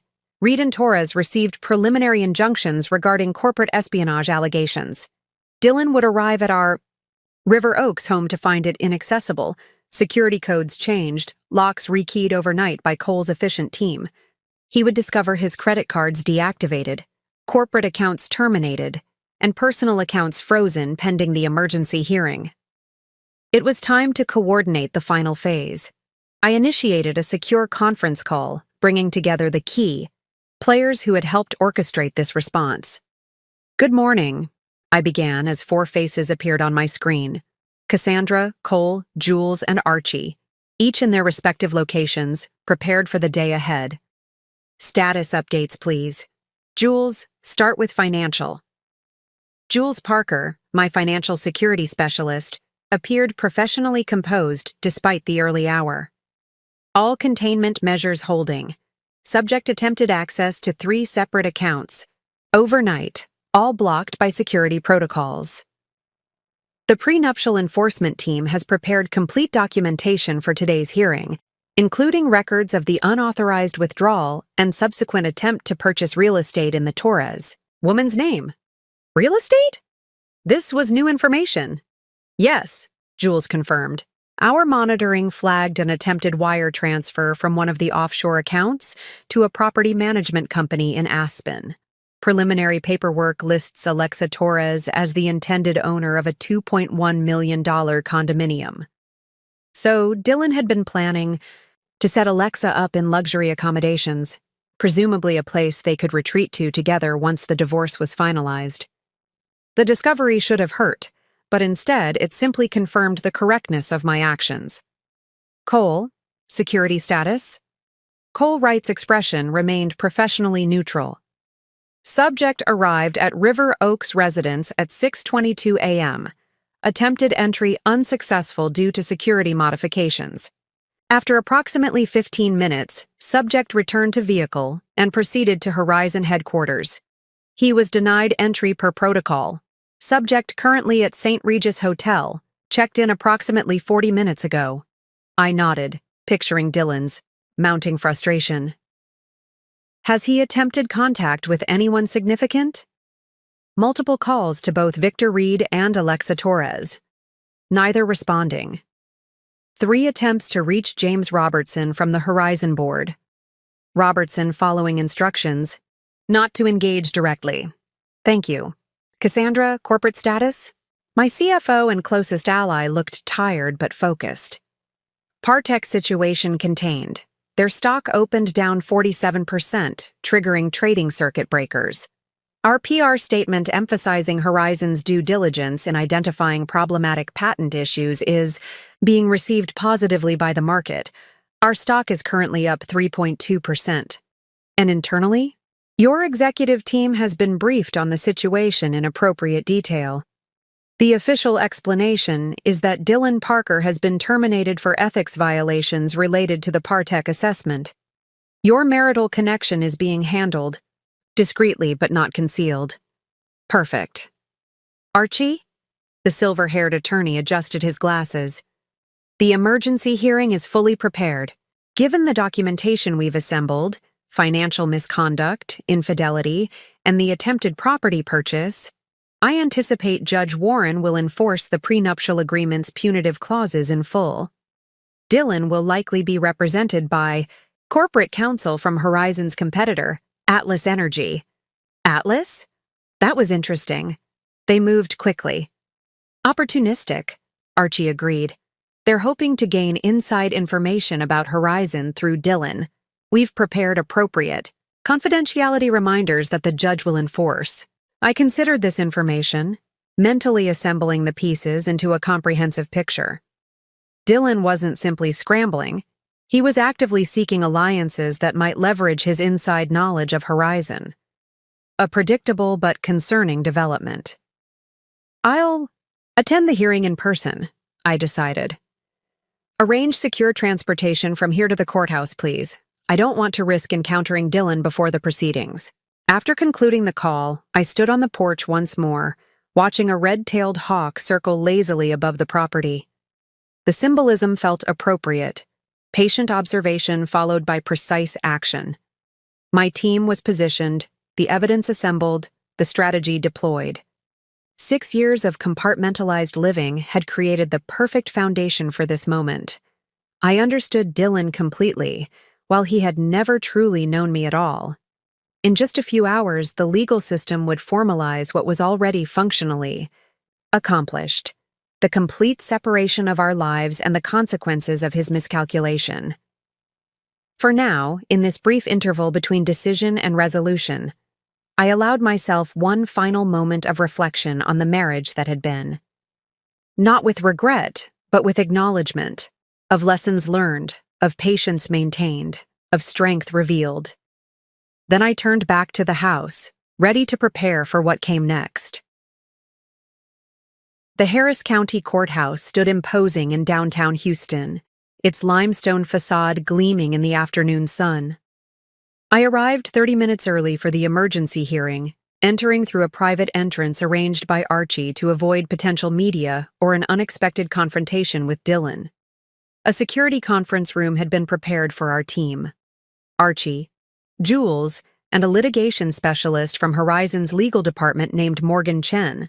No relation, though the coincidence of surname had always amused us both. Cole remained outside, coordinating security and monitoring Dylan's approach to the eye. "Courthouse. He's just arrived," Cole reported via secure text, accompanied by 2 attorneys from Atlas Energy Legal. Subject appears agitated but composed. Archie reviewed our documentation one final time. Bank records showing the emptied joint account, evidence of the Aspen property attempt, photographs of Dylan and Alexa together in Maui, and most damning records of the offshore account containing Partech's bribe payment. "Remember," Archie cautioned, "we're pursuing the financial misconduct angle primarily. The infidelity supports our case but isn't necessary given the prenuptial language. Judge Warren tends to focus on numbers rather than emotions." I nodded, appreciating his strategic approach. This wasn't about punishing Dylan for the affair. It was about enforcing the consequences clearly outlined in legal documents he had willingly signed. At precisely 1:55 p.m., a court officer appeared to escort us to the courtroom. As we proceeded down the marble hallway, I caught a glimpse of Dylan with his Atlas Energy attorneys in an adjacent corridor. He was dressed in his best suit, the custom Tom Ford he reserved for major presentations, and speaking intensely to a silver-haired attorney who kept shaking his head in apparent disagreement. For a moment, our eyes met across the distance. I saw shock register on his face, likely at my calm demeanor and the professional entourage accompanying me. He had expected to face the Rita he knew, emotional, possibly desperate for reconciliation, certainly overwhelmed by legal proceedings. Instead, he was seeing Rita J. Morgan, CEO, approaching a business negotiation with characteristic preparedness. His expression shifted quickly to something resembling confidence, perhaps bolstered by his expensive legal team and whatever strategy they had devised. I recognized that look, the one he wore when convinced of his superior position despite contrary evidence. The courtroom was relatively small, with traditional wooden furnishings and the Texas state seal prominently displayed behind the judge's bench.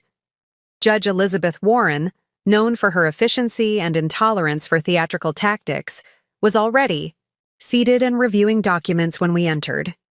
Dylan and his team took their position at the defendant's table, while we settled at the plaintiff's. The proceedings began promptly at 2 p.m. with introductions and a concise statement of purpose from Judge Warren. "This is an emergency hearing regarding the enforcement of prenuptial provisions in the matter of Morgan versus Parker," she stated. Given the time-sensitive nature of the financial concerns raised, I've reviewed the preliminary documentation submitted by both parties. Let's proceed directly to arguments. Plaintiff first. Archie rose, the picture of seasoned legal authority. Your Honor, the facts in this matter are straightforward. On February 17th, the defendant transferred $896,187.53 from the couple's joint account without the plaintiff's knowledge or consent. He subsequently departed the country with a woman not his wife, with whom he has been conducting an extramarital relationship for approximately 8 months. He presented the bank records, travel documentation, and photographic evidence methodically, without emotional embellishment. The prenuptial agreement signed by both parties in 2019, Section 12.3, explicitly states that unauthorized removal of joint assets exceeding $50,000 constitutes financial misconduct, triggering the punitive clauses outlined in Appendix C. Those clauses stipulate the forfeiture of all marital property rights and the restriction of claims against the plaintiff's separate property or business interests. Judge Warren reviewed the documentation carefully, then turned to Dylan's counsel. Defense response? The silver-haired Atlas attorney stood. Your Honor, while my client acknowledges the transfer occurred, we contend it was not unauthorized. As Mrs. Parker's husband, Mr. Parker had legal access to those joint funds. Furthermore, we believe the prenuptial agreement itself should be invalidated on grounds of fraudulent inducement. A murmur rippled through the small audience of court. Personnel, fraudulent inducement? Judge Warren's tone remained neutral, but her raised eyebrow suggested skepticism. Yes, Your Honor. Mrs. Parker, or more accurately Ms. Morgan, deliberately concealed her identity and financial status from my client throughout their courtship and marriage. Mr. Parker signed the prenuptial agreement under the false impression that it primarily protected his assets from potential claims by a wife of lesser means. Dylan sat straighter, a small smile forming at the corners of his mouth. This was clearly the strategy he'd pinned his hopes on, painting himself as the victim of deliberate deception. The Atlas attorney continued with growing confidence. Furthermore, Your Honor, my client's recent actions were in direct response to discovering this long-term deception. The funds he transferred were intended to protect his financial interests once he realized the extent of his wife's misrepresentation. Iritos was almost impressive. The complete inversion of reality, transforming Dylan's theft into a defensive measure against my supposed manipulation. Additionally, the attorney continued, warming to his narrative, Mr. Parker's position at Horizon Oil was terminated without due process, in clear violation of his employment contract. We believe this termination was personally motivated by Ms. Morgan's desire for retaliation, rather than based on any legitimate professional concerns. Judge Warren turned to Archie. Counsel, your response to these allegations? As Archie stood, I maintained my composed expression despite the absurdity of Dylan's claims. His momentary confidence, his false sense of triumph in having constructed a sympathetic narrative, would make the coming reality all the more definitive. Archie's response would dismantle Dylan's strategy completely, using his own signed documents and recorded actions against him. The carefully maintained documentation of his corporate espionage would eliminate any claim of wrongful termination. And most devastatingly, Dylan's own words in text messages to Alexa about finally accessing the funds would destroy his narrative of defensive financial action. The false triumph playing across Dylan's features was about to collide with the immovable reality of evidence, contracts, and consequences. Archie rose with the unhurried confidence of someone holding an unbeatable hand. Your Honor, the defense's claims require addressing in reverse order, he began, voice measured and precise. First, regarding Mr. Parker's termination from Horizon Oil. This had nothing to do with marital issues and everything to do with documented corporate espionage. He presented the court with a sealed folder. These documents, which we request remain under protective order due to corporate sensitivity, contain evidence of Mr. Parker accepting bribes from Partech Industries while conducting acquisition assessment duties for Horizon Oil. Judge Warren reviewed the contents, her expression remaining neutral, though her eyes widened slightly at certain pages. Second, regarding the claim that my client's transfer of funds was somehow defensive or protective in nature. Archie produced another document. This is a text message exchange between Mr. Parker and Ms. Alexa Torres dated February 16th, the day before the account was emptied. The court officer handed copies to Dylan's attorneys, who reviewed them with growing dismay.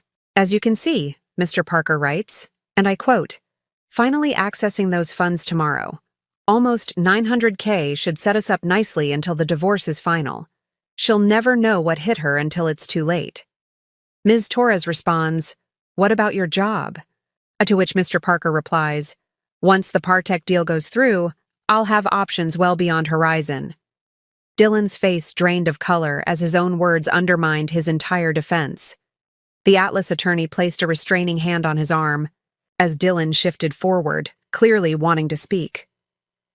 Finally, regarding the fraudulent inducement claim, Archie paused, allowing the absurdity to settle over the courtroom. "Your Honor, at no point did my client ever misrepresent her identity. She used her legal name, Rita Morgan, throughout their relationship.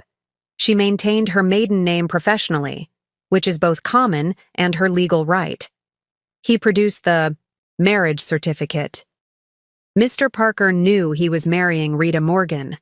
The fact that he never inquired about or discovered her professional position as CEO of Horizon Oil reflects his lack of interest in her career, not any deception on her part. The judge turned to Dylan's attorney. "Counsel, your response?" The silver-haired lawyer looked distinctly uncomfortable. "Your Honor, may we request a brief recess to confer with our client?" "Denied," Judge Warren replied firmly. "This is an emergency hearing, not a trial. Your response to the evidence presented?" The attorney cleared his throat. "Your Honor, while the text messages are concerning, they don't change the fundamental issue that Mr. Parker was unaware of his wife's true financial position when signing the prenuptial agreement." "Did your client read the prenuptial agreement before signing it?" Judge Warren asked. "Well, yes, but—" "And did the agreement clearly outline the consequences for unauthorized removal of joint funds?" "Technically, yes, but the context—" "And does Mr. Parker deny transferring these funds without his wife's knowledge or consent?" The attorney glanced at Dylan, who was now staring fixedly at the table before him. "No, Your Honor. But again, the context—" "The context," Judge Warren interrupted, "appears to be that Mr. Parker voluntarily signed a legal document whose terms he now finds inconvenient after violating them." She turned to Archie. "Regarding the corporate espionage allegations, is Horizon Oil pursuing criminal charges?" "Not at this time, Your Honor," Archie replied. "The company has chosen to handle the matter through termination and civil remedies, provided Mr. Parker ceases all contact with competitors regarding Horizon intellectual property or business strategies." Judge Warren nodded, then addressed Dylan directly for the first time. "Mr. Parker, do you wish to make any statement before I rule on this matter?" Dylan finally looked up, his composed facade crumbling. His gaze shifted from the judge to me, equal parts anger and disbelief in his expression. "This is insane," he said, voice strained. 6 years of marriage, and I never knew who she really was. How is that not deception? How is that not fraud? "Did you ever ask her directly about her position at Horizon Oil?" Judge Warren inquired. Dylan hesitated. "Not specifically, but did she ever claim to hold a position different from her actual role?" "No, but she allowed me to believe—" "Mr. Parker," Judge Warren interrupted, "allowing someone to maintain their own assumptions is not fraud. Now, did you or did you not transfer nearly $900,000 from your joint account without your wife's knowledge or consent?" The direct question hung in the courtroom air. Dylan's shoulders slumped slightly. "Yes," he admitted. "But I had reasons." "Those reasons being, according to your own text messages, to set up yourself and Ms. Torres while your wife would never know what hit her?" Dylan had no response. Judge Warren gathered her papers. "Based on the evidence presented, I find the prenuptial agreement valid and enforceable. The defendant's actions clearly trigger the punitive clauses outlined in Section 12.3 and Appendix C. All marital property reverts to the plaintiff, and the defendant is barred from making any claims against the plaintiff's separate property or business interests. She signed the order with a decisive stroke. Additionally, I am issuing a temporary restraining order, preventing Mr. Parker from accessing any properties owned by Mrs. Morgan or Horizon Oil, or contacting Mrs. Morgan directly. Further property division details will be addressed in the formal divorce proceedings. She struck her gavel once. This emergency hearing is adjourned. As the judge departed, Dylan sat motionless, the reality of his situation finally sinking in. Everything he had built, career, lifestyle, future plans, had collapsed in less than 24 hours. His Atlas attorneys were already gathering their materials, their expressions suggesting they recognized a lost cause when they saw one. The silver-haired lawyer leaned down to whisper something to Dylan, who shook his head vehemently in response. I rose with my team, maintaining my professional composure despite the mixture of vindication and sadness I felt. As we prepared to leave, Dylan finally looked directly at me, his expression a complex blend of anger, bewilderment, and dawning comprehension. You planned this, he said, just loud enough for me to hear, all of it. You knew exactly what I would do. I paused, considering his accusation. The truth was both simpler and more complex than he imagined. No, Dylan, I replied quietly. I simply knew who you were. You did the rest yourself. 1 month after the courthouse confrontation, the dust had begun to settle into new patterns. The divorce was finalized with unprecedented speed, Judge Warren citing the comprehensive prenuptial agreement and clear-cut triggering events in her approval of the expedited process. Dylan had vacated our shared life as thoroughly as he had once occupied it. The River Oaks house remained mine, though I'd already listed it with a discreet real estate agent. Too many memories permeated its walls, too many performances had been staged in its rooms. I'd moved permanently to the ranch, commuting to Horizon, headquarters when necessary but increasingly managing operations remotely. The business consequences had cascaded predictably. Partech's stock never recovered from the failed acquisition and ethical scandal. They were now being broken up and sold in pieces to competitors. Victor Reed had resigned in disgrace, facing potential SEC investigations into his leadership practices. Alexa. Torres had disappeared from the Houston professional scene entirely. According to Cassandra's sources, she'd relocated to Denver and changed industries, a young career derailed by involvement with the wrong married executive. I felt a twinge of sympathy for her. She'd been collateral damage in a situation whose full dimensions she hadn't comprehended. As for Dylan, his professional exile was comprehensive but not absolute. Through intermediaries, I'd ensured he wouldn't face criminal charges for the Partech bribery, provided he signed robust non-disclosure agreements regarding both Horizon's business operations and our personal relationship. His Atlas Energy connection had evaporated once they realized he had no valuable insider information to offer. Last I heard, he'd found a position with a small renewable energy startup in Arizona, far from the oil industry and far from Houston. A significant step down from his Horizon executive role, but not professional extinction. I hadn't wished for his complete destruction, only his removal from my carefully constructed world. The personal consequences were more complex to categorize. Friends from our shared social circle had divided predictably along loyalty lines, most gravitating toward me once the basic facts became known. The stories varied in their details. Some said Dylan had embezzled company funds, others that he'd been caught in an affair with a colleague. But all contained the essential truth. He had betrayed both marriage and professional ethics simultaneously. My executive team had adjusted to the public merging of my identities with professional aplomb. The board expressed only mild surprise that I'd maintained such comprehensive separation between personal and professional spheres. James Robertson, our longest-serving member, had simply nodded and said, "Always suspected there was more to you than met the eye, Rita." Though even I didn't imagine this particular scenario. The most profound changes, however, were internal. No longer maintaining the exhausting compartmentalization between Rita Parker and Rita J. Morgan, I found myself with unexpected reserves of energy and mental clarity. Decision-making became more streamlined, leadership more authentic, personal relationships more genuine. I'd begun having regular dinners with Cassandra and Jules outside the office, something I'd rarely done during my marriage, always conscious of maintaining the boundary between my two worlds. We'd become something more than colleagues but different from friends, women who had shared a unique experience of power, deception, and revelation. "Have you heard from him?"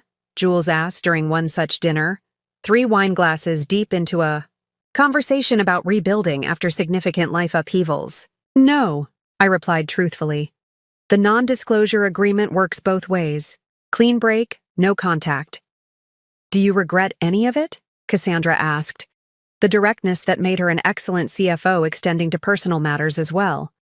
I considered the question seriously. Did I regret the 6 years with Dylan? The elaborate charade?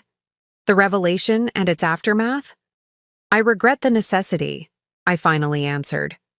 "I regret that I couldn't be my full self from the beginning and still be accepted. But I don't regret the clarity it ultimately provided." I lifted my glass, the rich Texas Merlot catching the restaurant's soft lighting. "To integration," I proposed. "To being fully ourselves, without division or diminishment." As we clinked glasses, I recognized something I hadn't fully acknowledged during the turmoil of the past months. I was happier now. Lighter. More authentically myself than I'd been since inheriting my father's company and confronting the gender realities of the energy industry. It had taken a catastrophic betrayal to shatter the artificial boundaries I'd constructed. But perhaps those boundaries had always been destined for collapse. Perhaps this ending had been written into the beginning, necessary for my eventual wholeness. 6 months after Dylan emptied our joint account and unwittingly triggered the collapse of the careful barriers between my identities, I stood on the side deck of my father's ranch house, my house now in both name and spirit, watching the Texas sunset paint the sky in brilliant oranges and purples. The company had thrived in the aftermath. Freed from the energy-draining compartmentalization of my dual life, I'd implemented strategic initiatives that had been percolating for years. Horizon Oil had expanded into renewable technologies, acquired 2 struggling competitors at advantageous prices, and increased market share by 8.7% in a single quarter. The headlines in industry publications had shifted from the salacious details of a CEO's personal drama to the remarkable business transformation under my now public leadership. Morgan's vision reshapes energy landscape, replaced oil exec's double life revealed when husband steals funds. On a personal level, the integration of my formerly divided self continued to yield unexpected benefits. I'd reconnected with college, friends long neglected due to the complications of maintaining separate identities. I'd begun mentoring young women in the industry, sharing lessons from my unusual journey without the necessity of obscuring key details. I'd even started dating again, cautiously, selectively, and with complete transparency about who I was. The freedom to be fully myself from the first interaction was exhilarating after years of calculated performance. My phone buzzed with a text from Jules. Financial Times interview confirmed for Tuesday. They want to focus on female leadership in energy sector transformation. Another notification followed immediately, this one from Cassandra. Q3 projections exceeding expectations. Board dinner next week to discuss expansion opportunities. I smiled, no longer needing to hide these professional communications or manufacture explanations for my attention to business matters. The simple authenticity of acknowledging my work without apology or diminishment still felt like a luxury. As the last rays of sunlight disappeared beyond the horizon, I reflected on what I'd learned from the strangest experiment of my life, a 6-year study in identity, assumption, and the boxes we allow others to create for us. Dylan had emptied our joint account, believing he was leaving me destitute, never imagining he was stealing from the CEO of the company that employed him. The irony remained satisfying, but increasingly it felt like a chapter closed rather than a defining moment. What lingered instead was the recognition that while Dylan had acted as the catalyst, the revelation had been inevitable. No one can live divided indefinitely. The energy required to maintain artificial boundaries eventually exceeds the perceived benefits of separation. The questions I'd once asked about Dylan, whether he could evolve beyond his limitations, whether he might recognize value beyond his preconceptions, now seemed less important than the questions I'd finally answered about myself. What happens when we stop accommodating others' limited vision of who we are? What becomes possible when we refuse to be diminished for someone else's comfort? The answers surrounded me, in the thriving company I led openly, in the authentic relationships I now cultivated, in the integrated self I presented to the world. My husband had emptied our joint account for his mistress, never suspecting I owned the business that paid his salary. But in attempting to leave me with nothing, he had inadvertently given me the most valuable gift possible, the freedom to be completely, unapologetically myself. Up next, you've got 2 more standout stories right on your screen. If this one hit the mark, you won't want to pass these up. Just click and check them out. And don't forget to subscribe and turn on the notification bell so you don't miss any upload from us.